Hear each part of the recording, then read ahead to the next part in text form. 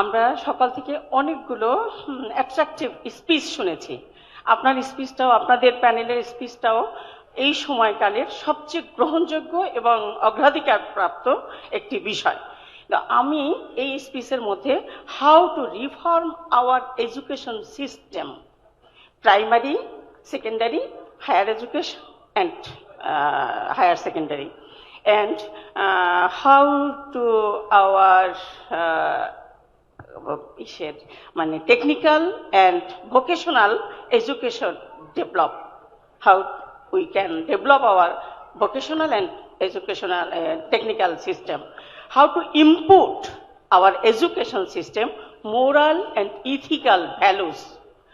যেমন ধরেন, আমরা ছোটবেলায় আমাদের প্রজন্ম আদর্শলিপি পড়েছি, আমরা বলেছি অসৎ সঙ্গ ত্যাগ করো, আদর্শ দোষেরা কর।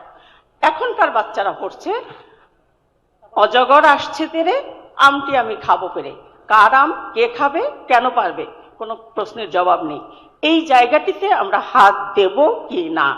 আমাদের স্কুল কলেজ ম্যানেজমেন্টগুলোতে কি ট্রান্সপারেন্সি আসবে কিনা?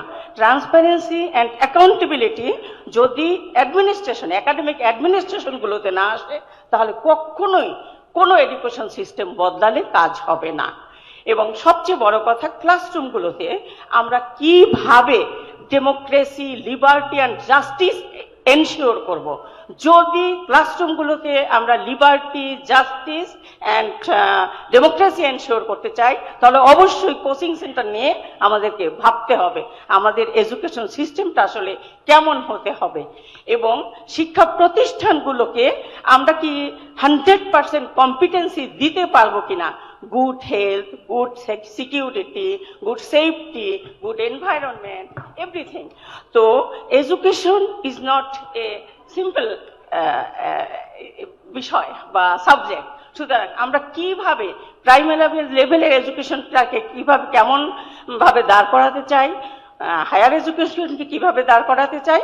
আর একটা জিনিস দেখেন, 100% মিসম্যাচ, সাবজেক্ট ওরিয়েন্টেড জব নাই। অ্যাপ্লাইড ফিজিক্স পড়ে আমরা ব্যাংকে চাকরি করছি।